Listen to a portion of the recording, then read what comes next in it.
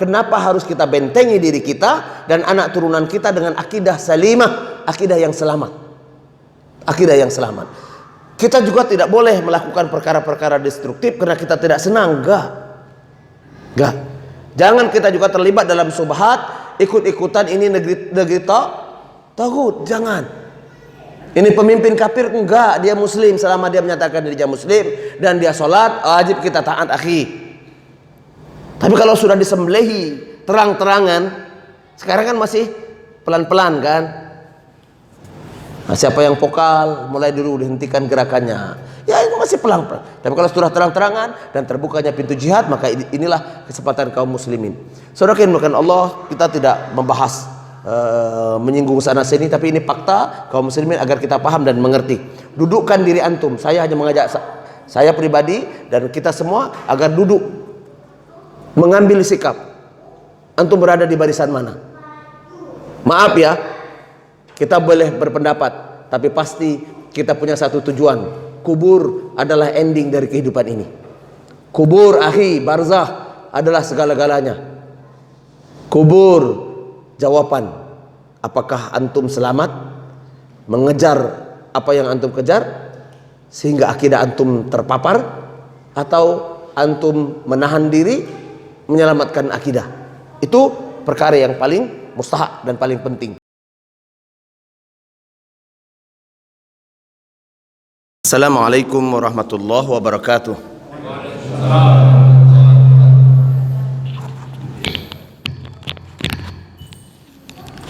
Innal hamdalillah nahmaduhu wa nasta'inuhu wa nastaghfiruh wa na'udzu billahi min sururi anfusina wa min sayyiati a'malina. May yahdihillahu fala mudilla lahu wa may yudlilhu fala hadiya lahu. Asyhadu an la ilaha illallah wa nashhadu anna Muhammadan abduhu wa rasuluh la nabiyya ba'dah. Allahumma salli wa sallim ala Muhammadin nabiyil karim wa ala alihi wa ashabatihi wa man tabi'ahum bi ihsani ila yaumiddin. Ya ayuhan nasu taqu rabbakum alladhi khalaqakum min nafsin wahidah wa khalaqa minha zawjaha wa batha minhuma rijalan katsiran wa nisaa wa taqullaha alladzina tasaaluna bihi wal arham innallaha kana 'alaikum raqiba. Ya ayyuhalladzina amanu taqullaha wa qulu qawlan sadida yuslih lakum a'malakum wa yaghfir lakum dhunubakum wa may yuti' Allah wa rasuluhu faqad faza fawzan 'azima. Duyufur Rahman, jamaah salat maghrib yang dimuliakan Allah.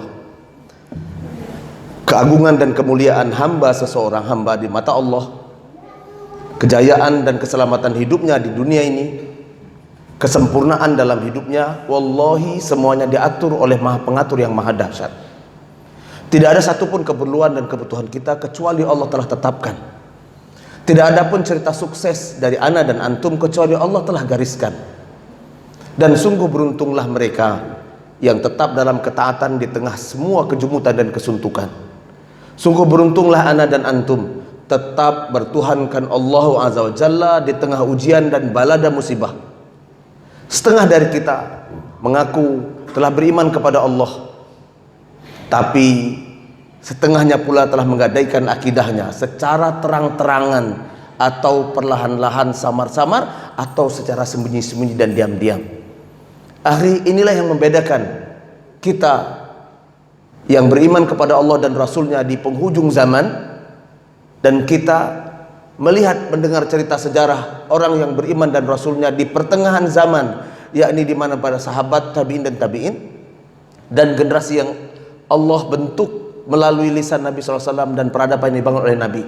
Dan kita juga mendengar cerita sukses orang-orang sebelum baginda Rasulullah SAW yang Allah abadikan dalam Al-Quran. Cerita-cerita orang hebat, cerita-cerita orang sukses, paparan sejarah-sejarah yang mencengangkan, dan sekaligus cerita-cerita bangsa yang biadab, yang tak bermartabat, sampai Allah benamkan bangsa itu.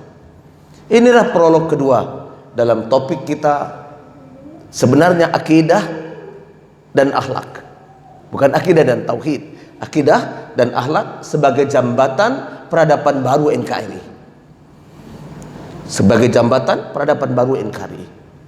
Saudara, kita telah melihat bentangan sejarah yang begitu dahsyat. Ada orang yang Allah bangun peradabannya itu tinggi semulia-mulianya, ada yang hina sehina-hinanya, hina sehina-hinanya. Semua peradaban itu dimulai dan dibangun dari akidah. Dari akidah, akhi. Mari kita lihat bagaimana peradaban yang dibangun oleh Fir'aun. Peradaban yang dibangun oleh Fir'aun. Saya pikir tidak ada satupun insinyur sehebat Haman, ahli teknik konstruksi sehebat Haman. Sekarang sudah punya alat dan teknologi AutoCAD dan seterusnya. Kita bisa uji tanah dan sampai bisa buat bangunan beratus-ratus tingkat seperti Burj Khalifa di Dubai. Kita juga dapat menentukan buat bangunan di bawah tanah sampai 12, 13, 40, 60 lantai di bawah tanah dengan teknologi hari ini. Tapi teknologi zaman Fir'aun, di mana Haman, sang insinyur yang sangat kawakan. Dan kita bentang sejarah itu, kita lihat sejarah itu. Apakah perintah Fir'aun kepada Haman? Wahai Haman, bangunkan aku sebuah bangunan sampai aku dapat melihat Tuhannya Musa, sampai aku bisa memegang awan. Dan Haman wujudkan bangunan itu, akhi. Haman wujudkan. Antum yang mungkin belajar teknologi sipil, teknik sipil, tercengang konstruksi yang dibangun oleh Haman. Saking tingginya bangunan itu sampai menyentuh awan. Apakah dengan sains dan kemajuan yang diberikan oleh Allah, kemampuan dan intelektual diberikan oleh Allah, kemajuan sains dan kemampuan otak yang Allah berikan itu lalu membuat Haman tunduk kepada Allah, mengikuti ajaran Nabi Musa, atau membuat membuat Fir'aun laknatullah taat kepada Allah? Al-jawab tidak. Bahkan Fir'aun, ana rabbukumul a'la. Lihat Fir'aun, aku Tuhan yang paling tinggi.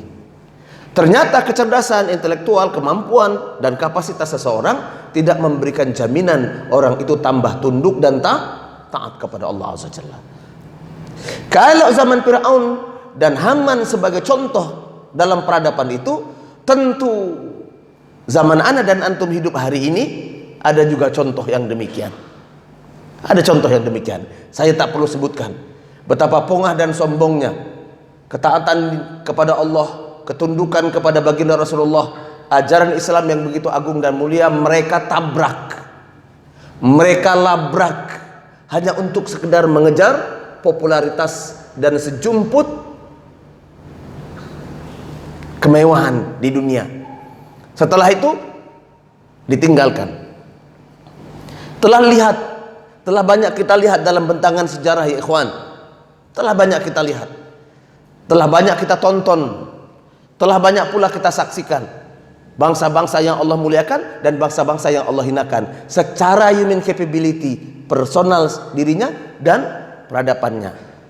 Ketika sebuah bangunan bangsa tidak dibangun dengan akidah yang benar, maka tunggu saja bangsa itu menjadi sebuah kehancuran. Dan bila mana bangsa itu dibangun dengan akidah yang lurus dan hanif, maka bangsa itu akan menjadi bangsa yang gagah perkasa. Antum bisa lihat bukan sejarah orang-orang brengsek yang Al-Quran bentangkan, sejarah-sejarah orang-orang hebat. Alexander the Great, siapa itu yang Allah gambarkan dalam sejarah ketika kita belajar Alexander the Great? Siapa? Sultan Zulkarnain. Sultan Zulkarnain, ya akhi, yang kerajaannya meliputi sungguh sangat luas. Tidak hanya bangsa manusia yang mereka kendalikan, sampai bangsa Ya'juj wal Ma'juj. Dan bangsa itu tetap terbenam di bawah kekangan beton besi yang dibuat oleh Zulkarnain. Allah abadikan ketaatan Zulkarnain dan kejayaannya, kejayaan kerajaan Sulaiman, kejayaan-kejayaan bangsa dulu, tapi juga menjadi pelajaran kita adalah kejayaan-kejayaan bangsa ini. Akhi, akidah adalah asas. Akidah adalah dasar. Padanya diletakkan semua sendi-sendi kehidupan. Tidak ada satu detik pun dari hentak napas kita kecuali Allah atur agar taat kepadanya. Tidak juga dari setiap inci dari ceruk kehidupan kita kecuali Allah berkehendak agar kita semakin taat kepadanya. Di mata Allah semua ketetapan Allah adalah baik meskipun belum baik di mata manusia. Pahami ini sebagai ajaran dan ketentuan dari Allah Azza wa Jalla. Mari kita lihat persoalan pertama dalam lanjutan mukadimah pada bahagian kedua ini, kita akan letakkan dua prinsip penting, akidah dan akhlak ahli sunnah wal jamaah bagi jambatan emas peradaban kita NKRI. Ada dua istilah penting, akidah wal akhlak, dan satu lagi ahli sunnah wal jamaah. Apa itu akidah dan akhlak? Mengapa akidah dan akhlak menjadi parameter, dan kenapa ahli sunnah wal jamaah? Semoga waktu yang singkat ini dapat menyelesaikan. Kalau tidak pun insya Allah kita akan lanjutkan. Karena akidah tidak akan selamat ketika mencari solusi dengan jalan yang lain. Dan ahli sunnah wal jamaah tidak akan pernah terwujud kecuali di atas akidah yang benar.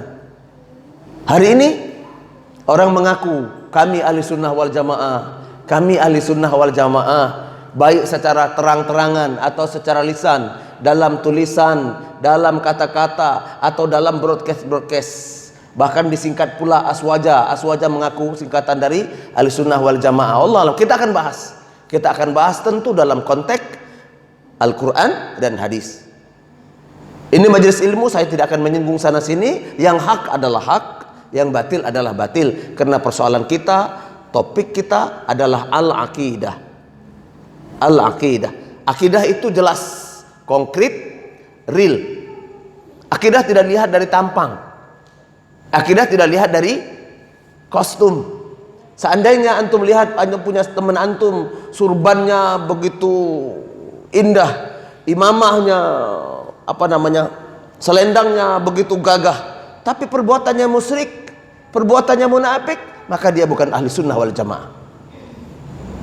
Seandainya antum lihat saudara antum mungkin jenggotnya panjang, celananya cingkrang, hafalan Qur'annya banyak, tapi yang keluar dari mulutnya adalah kafir, kafir, kafir, kafir, wallahi dia juga bukan ahli sunnah wal jamaah.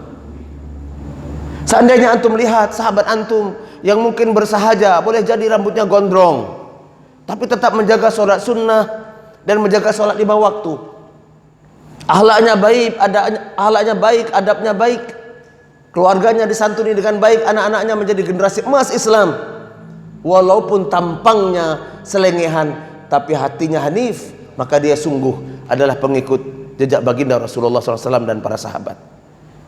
Perkara pertama yang akan kita bahas adalah akidah dan akhlak. Perkara kedua, siapa itu ahli sunnah wal jamaah? Jangan ngaku, jangan ngarang. Kebanyakan kita ngaku dan ngarang. Baik, kemudian baru kita akan bahas kaidah-kaidah, domain, prinsip, dan bagaimana dengan kaidah atau domain dan prinsip-prinsip akidah dan akhlak ahli sunnah wal jamaah dapat membangun peradaban yang kita impi-impikan. Kalau ini dijelaskan, kalau ini dibangun, demi Allah akhi, kita menjadi raksasa dunia. Muslimin, kita akan menjadi raksasa dunia. Kalau Allah satukan kita dengan satu pemahaman yang benar tentang agama yang benar, kita tidak akan dikirim oleh Allah pemimpin yang antum, na'udzubillah. Berhentilah, saya sarankan untuk antum berhenti menghujat, mencerca dalam medsos atau di luar medsos. Sudah, jangan dicerca. Ya, ini mukadimahnya saya antarkan. Kita ini ketakutan, kita ini fobia. Saya jelaskan, maaf, fobia Cina. Setengah orang muslim hasil penelitian telah mengalami gangguan kecemasan terhadap kaum. Sudah datang besok nanti kita akan besok. Akhi, ini negara. Jangan kita bermental seperti kerupuk.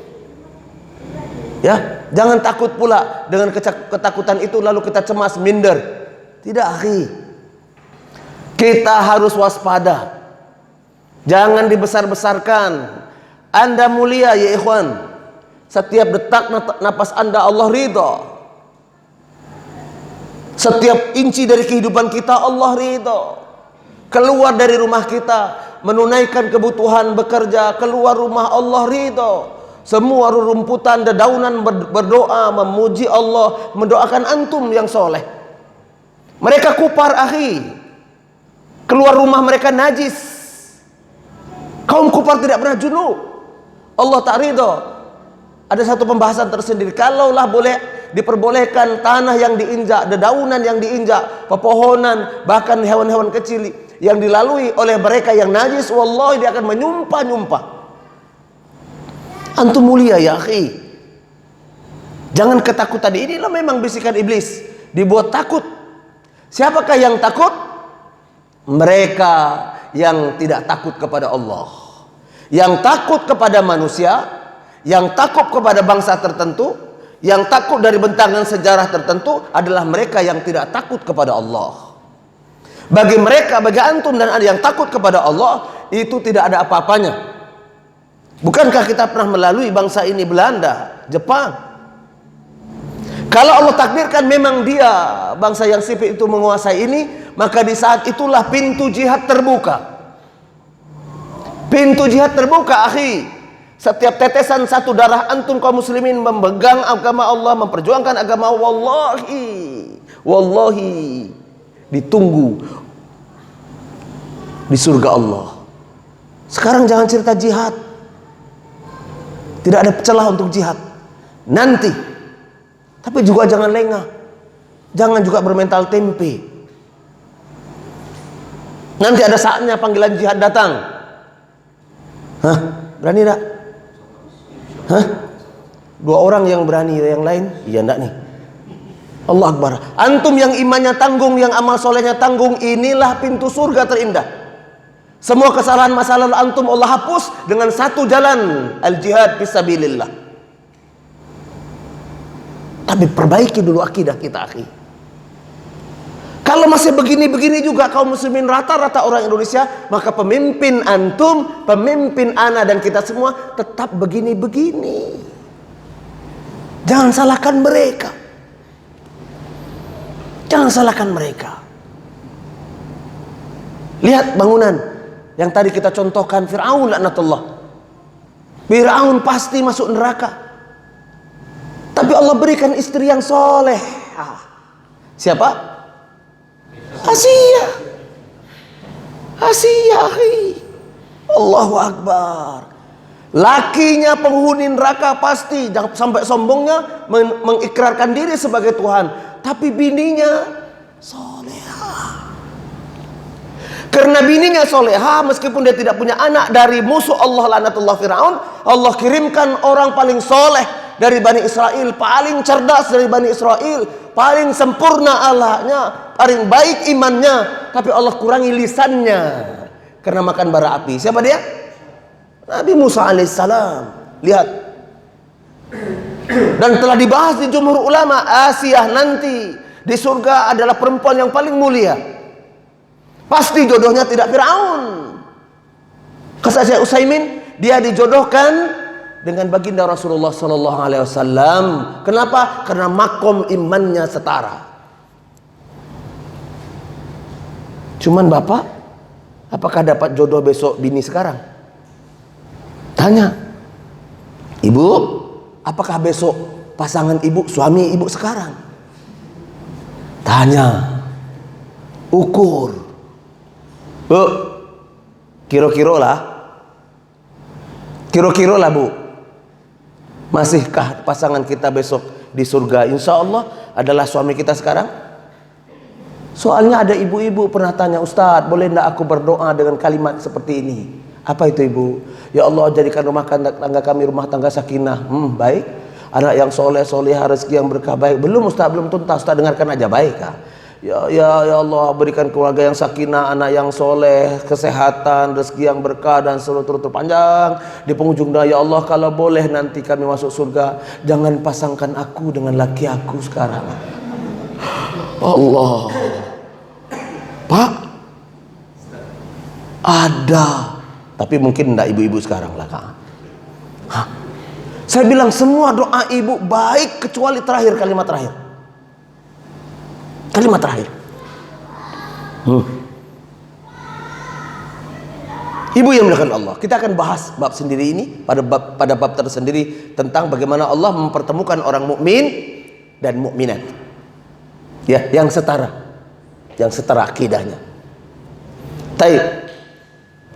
Kalaulah Aisyah yang begitu dahsyatnya keimanannya, tapi hidup di bawah kekangan bukan saja penguasa, lakinya yang zalim, Allah berikan kemuliaan. Saya berharap majelis ilmu yang kecil ini merubah diri ana dan antum, dari diri saya dan bapak ibu sekalian, untuk menjadi orang besar yang dirindui oleh Allah dan malaikatnya. Dengan cara apa Ustadz? Dengan cara belajar agama yang baik, meletakkan akidah yang baik, dan bersikap kepada kondisi kita dengan cara yang Allah dan Rasulnya perintahkan. Hanya dengan itu, akhi. Hanya dengan itu. Kalau sekarang setiap pergerakan muslim semuanya dimata-matai, bersabar. Bersabar. Tumbuh, akan tumbuh. Saya sudah bilang kepada akhi, patah satu, insya Allah tumbuh 1000. Kita tinggal menunggu terbukanya pintu jihad. Kalau begini-begini terus, tak akan terbuka pintu jihad dan tidak akan keluar pahlawan-pahlawan Islam. Tidak akan pernah berdiri peradaban Islam. Tidak akan pernah umat Islam baldatun thayyibatun warabun ghafur. Tidak akan pernah. Ini masalah waktu. Tunggu pintu itu terbuka, maka badan jihad dikomandangkan, maka ambil bahagian. Ambil bahagian. Cukuplah bahagian itu menjadi pintu agar kita dekat dengan baginda Rasulullah sallallahu alaihi wasallam. Baik. Akidah. Mari kita simak. Saya ingin mengajak tuan-tuan untuk menyimak surah Ibrahim ayat 24. Surah Ibrahim surah ke-14 ayat 24. Allah Azza wa Jalla ini menjadi muqaddimah akidah dan akhlak ahli sunnah. Ini menjadi muqaddimah. Allah gambarkan dalam surah Ibrahim atau surah 14. A'udzubillahi as-sami'ul 'alim minasyaitonir rajim. Alam tara kaifa daraballahu mathalan kalimatan thayyibatan kasajarah thayyibatan ahluha sabitan wa farauha fis sama. Tidakkah kamu perhatikan bagaimana Allah telah membuat perumpamaan kalimat yang baik, kalimatun thayyibah, yakni antasyhadu an la ilaha illallah Muhammad Rasulullah. Ini tauhid. Tidakkah kalian melihat, memperhatikan kalimatut thayyibah? Allah gambarkan kalimat thayyibah itu, Allah perumpamakan kalimat itu kasajarah, seperti pohon yang baik, seperti pohon. Sementara kalimat thayyibah itu adalah akarnya yang teguh dan cabangnya yang menjulang ke langit. Akidah itu digambarkan oleh Allah Azza wa Jalla dalam surah Ibrahim seperti pohon yang tumbuh dan cabangnya menjulang ke langit, akarnya menghunjam ke bumi. Kalimat tauhid la ilaha illallah Muhammad Rasulullah adalah akar yang menghunjam ke bumi, kokoh, kekar. Kita makan mangga tak pernah berpikir seperti apa buah mangga itu tumbuh dan manis. Siapakah yang menghadirkan buah mangga yang tak nampak tadi, yang tersembunyi? Akar. Kita panen sawit, kita hanya nengok buah sawit saja. Kita tak tahu bagaimana akar bersusah payah menyuplai daun agar memproses dan seterusnya, lahirlah bunga putih dan antum panen. Akar, akhi. At-tauhid wal asas. Tauhid itu adalah akar. Akar. Buahnya dari tauhid itu adalah akhlak dan adab. Buah. Mau bukti? Mau bukti? Yuk kita buktikan. Buktinya Al-Quran juga menjelaskan. Antum, tuan-tuan, puan-puan, hafal ayat ini. Hafal ayatnya, Pak. Kalaulah akarnya baik, kalaulah dalamnya baik, kalau tauhid dan imannya kepada Allah baik, maka buahnya adalah akhlak dan adabnya pasti baik. Kalau dia jadi politikus yang baik, kalau dia jadi profesor yang baik, kalau dia jadi pembisnis yang baik, kalau jadi menteri yang baik, asasnya dulu, kalau baiklah bangunan ini maka dia akan baik. Buah dari kebaikan itu adalah adab wal akhlak. Masa sih Ustadz? Al-Quran mengatakan, akhi, antum apal semuanya. A'udzubillahi minasyaitonirrajim. Bismillahirrahmanirrahim. Ara'aital ladzi yukadzibu biddin. Kalau dia baik, maka akan selamat. Kalau dia tidak baik, ayat ini menjawab. Ara'aital ladzi yukadzibu biddin. Tahukah Anda orang yang tak baik akidahnya itu, tak baik agamanya itu, pendusta agama itu? Allah mengajarkan. Ayat berikutnya, fadzalika yad'ul, orang yang tidak baik akidahnya, yang tidak selamat akidahnya, yang melenceng akidahnya, pasti fadzalikal ladzi yad'ul yatim wala yahuddu ala ta'amil miskin. Lihat, penghardik anak yatim, tak peduli bansos mereka telan. Iya kan? Bansos, Pak. Allah, di mana nuraninya? Katanya untuk wong cilik. La ilaha illallah. Padzalikal yad'ul yatim wala yahuddu ala ta'amil miskin. Kalaulah demikian maka salatnya fawailul lil. Lihat, Pak. Menganiaya, menghardik anak yatim, orang miskin. Perbuatannya zolim. Kalau dia beribadah hanya casingnya doang, solatnya solat yang celaka. Alladzina hum an solatihim syahud. Lihat Allah gambarkan begitu detail. Allah, saudaraku yang dimuliakan Allah, akidah ini perkara yang sungguh luar biasa. Ini perkara penting. Kita menjadi mengerti dan paham ketika ini dijadikan dasar negara. Pak, ketika ini dijadikan dasar negara, maka negara itu menjadi negara yang berperadaban. Tetapi kalau akidah itu tidak menjadi bahagian penting dari dasar sebuah negara, maka negara itu tidak akan pernah sampai kepada peradaban yang puncak. Peradaban yang dibangun adalah peradaban yang semu. Kita lihatlah, kita sudah merdeka 75 tahun lebih. 75 tahun. Apakah dengan merdeka usia 75 tahun Bapak Ibu merasa sejahtera? Merasa bahwa tidak payah menyekolahkan anak? Apakah dengan sudah merdeka 75 tahun lebih sampai butuh waktu kapan? Sampai kita Bapak mau berobat tak payah-payah. Butuh waktu kapan lagi? Butuh waktu berapa kali lagi kita merdeka? Setiap tahun kita rayakan, kita buat acara Panjat Pinang. Apakah impact Panjat Pinang itu? Kita rayakan dengan bendera dan baliho kemana-mana. Apakah pengaruhnya bagi Bapak, bagi tuan-tuan? Dapatkah memberi faedah dan manfaat? Butuh waktu berapa lagi? 75 tahun lagi? 100 tahun lagi? 200 tahun? Adakah jaminan setelah kita merdeka 500 tahun lalu Indonesia menjadi negara yang jaya, di mana semua penduduknya, warganya terayomi, kesehatannya terayomi, pendidikannya terayomi, tidak ada lagi orang yang nganggur, semuanya dalam keadaan sejahtera, semuanya mengantarkan zakat seperti mana yang Islam telah praktekkan? Adakah yang berani jamin? Tidak, ya akhi. Kenapa tidak? Karena kita tidak gunakan jalan yang Allah ridho. Tapi juga jangan ekstrim. Jangan pula antum katakan ini pemimpin tauhid, ini negara tauhid. Enggak. Keliru. Berhati-hati. Ini negeri tauhid, ini pemimpin tauhid. Itulah dia khawarij. Yang tak sesuai dengan golongannya kafir, darahnya halal. Allah. Khawarij gaya-gaya baru hari ini, akhi. Di zaman Nabi SAW, di zaman sahabat, zaman Ali terutama, kita dengar. Allah. Perang yang terjadi antara Muawiyah dan Ali. Mari kita lihat bentang sejarah. Insyaallah kita akan bahas siapa itu Khawarij.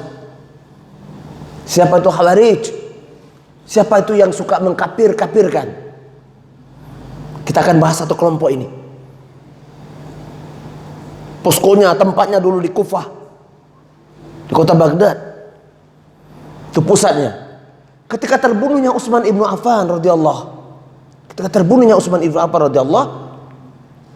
sepupunya dekatnya, yakni Gubernur Sam, Muawiyah bin Abi Sufyan. Gubernur Sam itu wilayah yang sekarang Palestina, Jordan, sebahagian besar negeri-negeri termasuk juga Tel Aviv, itu wilayah Sam. Sam adalah wilayah bekas jajahan Rom dulu. Gubernurnya Muawiyah bin Abi Sufyan. Muawiyah bin Abi Sufyan sepupu Utsman ibnu Affan. Ketika Utsman bin Affan terbunuh, kosong dalam kepemimpinan, kata Muawiyah berkata kepada Ali, jangan angkat dulu pemimpin, kita usut dulu. Kita usut siapa pembunuh sepupuku. Kata Ali, kita harus punya pemimpin, karena pemimpin yang dapat mengusut siapa pembunuhnya. Maka dulu tidak ada WhatsApp, tidak ada telepon. Berangkatlah Muawiyah bin Abi Sufyan dengan sekelompok pasukannya menuju ke Madinah untuk bermusyawarah sama Ali. Nah, lihat. Inilah momen jahatnya Khawarij yang berpusat di Kufah. Dikirim surat kepada Ali. Ali, ketahuilah Muawiyah bin Abi Sufyan pergi ke Madinah ingin menuntut bela atas kematian sepupunya Utsman ibnu Affan. Bersiap-siap kalian. Khawarij kirim surat. Ali paham siapa Muawiyah dan itu tak mungkin. Ali tidak bergubris, Bapak. Tetapi Khawarij tidak kehabisan akal. Khawarij selalu memecahkan pasukannya menjadi dua golongan. Satu golongan masuk di barisan Muawiyah, satu golongan masuk di barisan Ali. Ini sudah sama-sama mau berunding, ingin menegakkan akidah. Subhanallah. Akhirnya apa? Mereka buat fitnah di malam itu. Mereka saling memanah. Siapa yang memanah? Kaum Khawarij dari golongan dari yang berada di pasukannya Muawiyah, dan kaum Khawarij yang berada di pasukan Ali. Saling memanah di tengah malam, dan mereka saling bertaliah, wahai Ali, Muawiyah telah berkhianat. Di barisan Muawiyah, wahai Muawiyah, pasukan Ali telah berkhianat. Mereka saling berbunuhan. Ali paham, Muawiyah paham, ini tidak benar nih. Ini mesti ada yang salah. Dan ternyata Khawarij yang buat kerja. Akhi, Khawarij dengan gaya baru hari ini masuk ke negeri antum dan negeri kita ini. Dialah yang tukar, yang coba merusak akidah dan peradaban kita. Masuk dalam sistem, masuk dalam otak, masuk dalam hati. Saudaraku, inilah perkara penting yang kita harus paham. Ya, ketika membahas tentang akidah dan akhlak ahli sunnah wal jamaah, nanti kita akan membahas beberapa firqah dan kelompok-kelompok. Kelompok Asy'ariyah, kelompok Qadariyah, Jabariyah. Terus kita akan bahas. Ini ilmu. Adapun rujukan yang saya akan bawakan adalah kitab pertama At-Tauhid, tulis oleh Syekh Muhammad Abdul Wahhab At-Tamimi. Kemudian kitab rujukan kedua adalah Aqidah At-Tahawiyah, Al-Aqidah At-Tahawiyah. Kemudian kita Jumhur Al-Jama' Usuluddin, Usulul ahli sunnah wal jamaah, Al-Mujtami' Al-Usul ahli sunnah wal jamaah, dan beberapa literatur. Itu yang jadi rujukan kita agar kita komprehensif membahas, dan agar kita dudukkan mana kelompok yang akan merusak kita. Apakah Bapak dan saya berada pada barisan yang Allah ridho, atau kita barisan berseberangan dari hal ini? Nah, ini penting. Kenapa demikian? Karena kita nanti akan diukur oleh Allah dengan apa yang kita perbuat. Kita akan ditimbang dengan apa yang kita kerjakan. Kita akan ditakar oleh prinsip-prinsip yang Islam telah berikan kepada kita. Nah, akidah ini penting. Kita sudah paham buahnya tadi adalah akhlak dan adab. Mustahil akan lahir peradaban yang baik. Mustahil, Pak, kalau akidahnya tidak baik. Mustahil. Kalau antum marah dengan pimpinan kita, dengan raja kita, dengan sultan kita, dengan alasan tipu-tipu, pendusta, zolim, suka melakukan otoriter dan seterusnya, jangan marah, karena rata-rata masyarakat kita seperti itu. Saya tanya, siapakah yang suka tipu-tipu dalam perdagangan? Siapakah yang mengatakan 1 kilo padahal dia 9 on? Siapa? Siapa ibu? Pedagang. Siapakah yang suka bersumpah palsu? Insya Allah, demi Allah, besok kalau saya, ketika ditagih, itu kan janji politik. Maaf ya Gus, siapa? Yang sholat bersama antum kan? Yang kemarin ikut berkurban dengan kita kan? Yang kemarin sama berpuasa, sama itikaf dengan kita kan? Tapi kenapa berubah? Dan inilah dia kualitasnya. Kalau mayoritas rakyatnya begitu, maka wajar pemimpinnya pun seperti itu. Wajar Pak, wajar. Nggak usah dimarah dia lagi, udah doakan aja lagi. Nggak usah diribahi lagi, nggak usah diceritakan lagi. Doakan dia.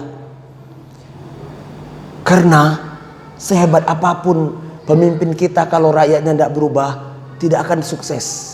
Saya kasih contoh, Pak. Ada pemimpin paling hebat, lebih hebat dari Ali bin Abi Thalib. Pemimpin paling berkuasa, paling cerdas, lebih cerdas dibanding Abu Bakar dan Umar bin Khattab. Kuat, alim, berilmu, cerdas. Tapi yang dipimpin Bani Israel. Rakyatnya Bani Israel. Rakyatnya yang Allah katakan dalam Al-Quran itu ghairil maghdub, bangsa yang sesat. Yang Al-Quran juga katakan Bani Israel itu adalah bangsa khinzir wal qiradah, monyet, bangsa monyet dan babi. Dikirim pemimpin yang soleh, dikirim pemimpin yang cerdas, dikirim pemimpin yang amanah, diletakkan akidahnya oleh pemimpin yang hebat ini, baru ditinggal 40 hari dia buat patung Samiri. Pemimpin yang cerdas dikirim kepada rakyat dan masyarakat yang dengan kapasitas seperti itu. Siapa pemimpin itu? Siapa pemimpinnya Pak? Nabi Musa alaihi salam. Siapa yang bisa ngalahkan Nabi Musa? Imannya Ali, imannya apalagi imannya kita, nggak ada sebanding. Tapi apakah Nabi Musa berhasil? Tidak. Tidak berhasil. Lihat akhi, tak berhasil. Apa kurangnya Nabi Nuh alaihissalam dengan kesabaran yang maha dahsyat, dengan doa yang begitu makbul, ya Allah banjir, ya Allah, Allah berikan banjir, dan itu sangat dahsyat, gurun tenggelam. Apakah dengan umur yang panjang, dengan amal soleh yang begitu hebat, doa Nabi Nuh yang begitu mustajab, rakyatnya beriman kepada Allah? Al-jawab tidak, dan bahkan anak dan istrinya pun tidak. Jadi akidah itu hidayah Bapak. Akidah itu hidayah yang tidak diwariskan. Kalau Gus panjenengan soleh, anak antum belum tentu soleh. Tugas kita adalah munajat kepada Allah dan memberikan makanan yang halal. Makanan yang halal. Yang remeng-remeng, yang gak jelas, sudah jangan bawa ke rumah. Jangan bawa ke rumah, karena akan tercampur dengan yang halal. Kalau dalam setiap hari antum diuji kena musibah, kena kecelakaan, termasuk ban mobil atau ban sepeda motor kita bocor, Nabi SAW mengingatkan, kalau kendaraanmu berulah, kalau di rumahmu istrimu dan anakmu bermasalah, taubatlah, istighfarlah, karena itu sungguh bias dari dosa yang antum lakukan. Pak, Sampai kendaraan kita bocor pun kita disuruh istighfar, ya Allah mungkin ada dosa. Nah begitu orang yang berakidah. Tidak lalu carut marut dan mencaci nyaci, tidak akhi, tidak. Ini akidah sangat sensitif. Dan karenanya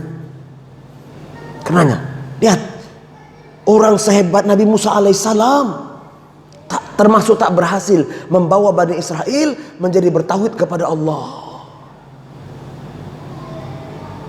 Kalau seandainya bangsa yang begitu dikirim pemimpin sehebat apapun, tidak akan berhasil. Bukankah Ali bin Abi Thalib radhiyallahu ditanya oleh seorang pemuda, "Wahai Ali, kenapa ketika engkau menjadi khalifah terjadi perpecahan di antara kaum muslimin? Padahal di zaman Abu Bakar menjadi khalifah, di zaman Umar menjadi khalifah, semua kaum muslimin akur." Apa jawab Ali? Ali menjawab, dulu ketika Abu Bakar dan Umar menjadi khalifah, rakyatnya adalah orang-orang seperti aku. Ketika aku sekarang menjadi khalifah, rakyatnya adalah orang-orang seperti dirimu. Pak, kita perbaiki diri kita. Tunggu sajalah, itu insya Allah habis. Jangan dipilih lagi. Ini enggak, sudahlah benci tapi sudah dekat, berubah. Hati-hati ya, hati-hati siasah, hati-hati politik, hati-hati. Kemarin ada kelompok manusia yang begitu mendukung betul, maaf, itulah supaya anda tidak kena virus kan harus ditit. Mendukung Pak, mendukung. Tiba-tiba 2 minggu terakhir ini berbalik, menentangnya, melawan pemerintah. Renungkan sejenak, minta kepada Allah kecemerlangan otak dan hati kita. Renungkan sejenak lalu berpikir, inikah sandiwara politik? Jangan terkecoh karenanya. Jangan terkecoh ke sana. Maaflah tuan-tuan praktisi politikus, maaf. Materi ini harus memang dipaparkan, karena akidah itu berhubung kait betul dengan kemaslahatan umat, berhubungan. Nah, inilah prinsip. Insyaallah pada pertemuan berikutnya kita akan bahas prinsip-prinsip akidah seperti mana Nabi SAW ajarkan dan bagaimana akidah-akidah itu terbentuk. Ini merupakan mukadimah sehingga kita paham kenapa harus kita bentengi diri kita dan anak turunan kita dengan akidah salimah, akidah yang selamat. Akidah yang selamat. Kita juga tidak boleh melakukan perkara-perkara destruktif karena kita tidak senang. Enggak. Jangan kita juga terlibat dalam subhat, ikut-ikutan ini negeri tagut. Jangan. Ini pemimpin kafir, enggak, dia muslim. Selama dia menyatakan dirinya muslim dan dia sholat, wajib kita taat akhi. Tapi kalau sudah disembelihi terang-terangan, sekarang kan masih pelan-pelan kan. Nah, siapa yang vokal mulai dulu dihentikan gerakannya, ya itu masih pelan-pelan. Tapi kalau sudah terang-terangan dan terbukanya pintu jihad, maka inilah kesempatan kaum muslimin. Saudara yang dimuliakan Allah, kita tidak membahas menyinggung sana sini, tapi ini fakta kaum muslimin agar kita paham dan mengerti. Dudukkan diri antum. Saya hanya mengajak saya pribadi dan kita semua agar duduk mengambil sikap. Antum berada di barisan mana? Maaf ya, kita boleh berpendapat, tapi pasti kita punya satu tujuan. Kubur adalah ending dari kehidupan ini. Kubur akhi, barzah adalah segala-galanya.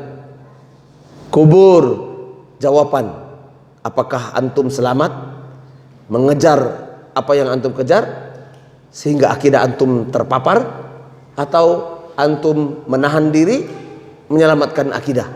Itu perkara yang paling mustahak dan paling penting. Perkara yang selanjutnya adalah, masih ada waktu 10 menit.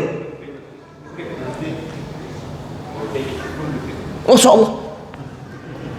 Oke, baiklah, kalau begitu mungkin ada beberapa pertanyaan yang mungkin kita ini sebelum kita paparkan dan jelaskan tentang siapa itu ahli sunnah wal jamaah. Apakah kita semua termasuk ahli sunnah wal jamaah? Anda termasukkah? Saya termasukkah? atau kita hanya mencaplok nama saja? Kita akan bahas ciri-cirinya, karakteristiknya, dan kita akan bahas lalu dudukkan akidah, prinsip-prinsip dasar dan domainnya. Inilah yang kita pegang. Ya, inilah kita pegang. Judulnya terlalu besar dan sangat kompleks sekali.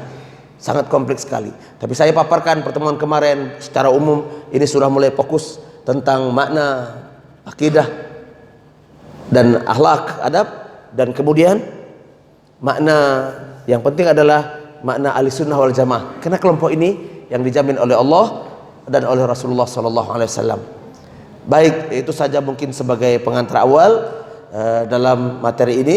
Kalau insya Allah punya kesempatan lagi, nanti beberapa materi sebagai silabusnya saya akan rumuskan satu materi, dan kemudian antum bisa baca ulang dan nanti di copy agar kita menjadi pegangan kita. Wallahu alam. Semoga bermanfaat. Semoga pertemuan yang kita lakukan malam ini Allah ridho dan dianggap ini adalah majelis ilmu. Semoga Allah berikan kita kesempatan dan konsisten hidup dan mati dalam majelis ilmu. Semoga Allah wafatkan kita seperti matinya para jihad, dengan jihad ilmu, dan kemudian Allah ampunkan dosa-dosa kita, diberikan rumah tangga kita adalah rumah tangga yang sakinah mawaddah warahmah, dan diberikan kepada anak cucu kita adalah anak cucu yang soleh solehah, diberikan rezeki yang halalan thayyiban, diberikan keamanan kenyamanan pada bangsa kita, pada negeri kita dan khusus Riau, dan dijauhkan kita dari musibah, fitnah, bala, bencana, virus dan semua penyakit, dan kemudian dibangkitkan kita bersama Rasulullah dan para syuhada. Semoga Allah berikan kepada kita negeri yang aman, negeri yang berkah, pemimpin yang soleh, dan rakyat yang baldatun thayyibatun wa rabbun ghafur. Subhanakallahumma bihamdika asyhadu an la ilaha illa anta astaghfiruka wa atubu ilaik. Billahi taufiq wal hidayah. Assalamualaikum warahmatullahi wabarakatuh.